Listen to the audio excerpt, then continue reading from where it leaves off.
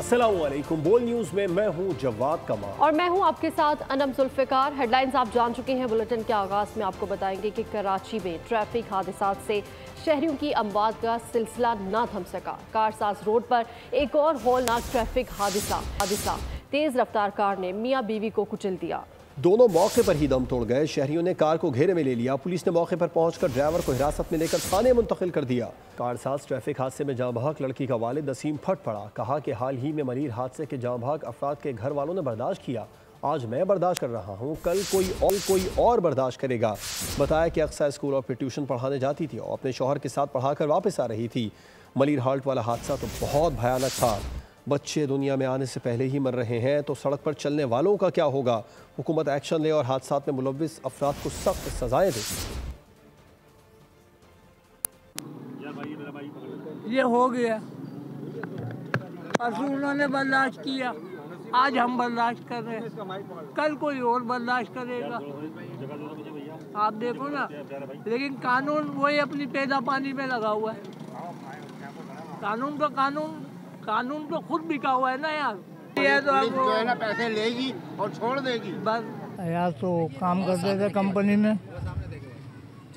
में काम करते थे और वो टीचर थी बेटी मेरी। अक्सर जो है वो टीचर थी। कितने बच्चे थे? बच्चे कोई नहीं है। फिर वो अपने मियाँ के साथ ही 4 साल से आ रही है वो तो। अभी से थोड़ी आ रही है, 4 साल से आ रही है, शादी के बाद से आ रही है वो। लेकिन आप ये देखें ना, परसों जो हुआ आपके सामने हुआ ना, जो परसों जो हुआ, प्रेगनेंट थी और वो मासूम बच्चा जो पेट में पल रहा था, उस तक को नहीं छोड़ा उन्होंने।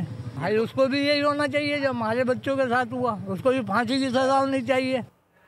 कारसाज ट्रैफिक हादसे के आईनी शाहिदीन ने बताया कि कार सवार इंतहाई तेज़ रफ्तारी से आ रहा था। हमारे करीब से गुजरा, हमने भी खुद को बड़ी मुश्किल से बचाया। मजीद उन्होंने बोल न्यूज़ के माइक पर गुफ्तगू में क्या कहा, आइए आपको भी सुनवाते हैं। बिल्कुल तेज गाड़ी जा रही थी, हम लोगों, मेरे हाथ में परस था, मेरे हाथ में मोबाइल था। जैसे इन लोगों ने हमें गाड़ी ठोकी है, अल्लाह का शुक्र हम लोग गिरा नहीं, बच गए, लेकिन मेरे हाथ से वो चीजें छूट गई। रोजे से पहले इन्होंने म्यूजिक खोला हुआ था। गाड़ी, अगर मैं गाड़ी को अपना यूं नहीं करता, मेरी बेगम गिरते गिरते बच्ची, मेरी बच्ची। और पीछे से इन्होंने एक जो बंदा पीछे बैठा हुआ था उसने यूं किया, यूं करके किया। आगे थोड़ा सा आगे फैमिली एक खड़ी हुई थी, रोजा खोल रही थी। जिस तरीके से उन्होंने उन 2 बाइक वालों को उड़ाया है, अल्लाह जानता है, दुनिया देख रही थी। वो लांडी के थे, दोनों एक्सपायर हो गए। साइड पे फुटबारी के पास वो खड़े हुए थे, ये एकदम आए, इन्होंने गाड़ी से कट करी, ओवर स्पीड थी, इनसे नहीं समझ लगी, वो गाड़ी सीधी उनको लगी, वो उछले और दोनों स्पेयर हो गए, हाथ 1 मिनट भी नहीं लगा। गाड़ी वाले को पकड़ा, उसका टायर फट गया, उसका जो टायर फटा है, फिर आवाम ने पकड़ा उसको। आवाम तो जला रही थी, मगर एक अंकल ने बोला इसको जलाना नहीं है अभी, कि घर वाले आ रहे हैं, कॉल कर दी है। वहाँ से प्राडो वाले साहब आए, उनको घसीटते मैं यहाँ से यहाँ तक लाए हूँ।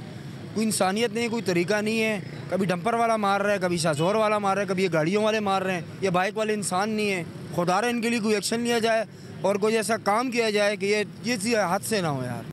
शहर कायद या शहर हादसात, मंगोपीर में भी वाटर टैंकर ने एक शहरी को कुचल डाला है। 40 साला इमाम मस्जिद तरावी पढ़ाने के बाद मोटरसाइकिल पर घर जा रहा था।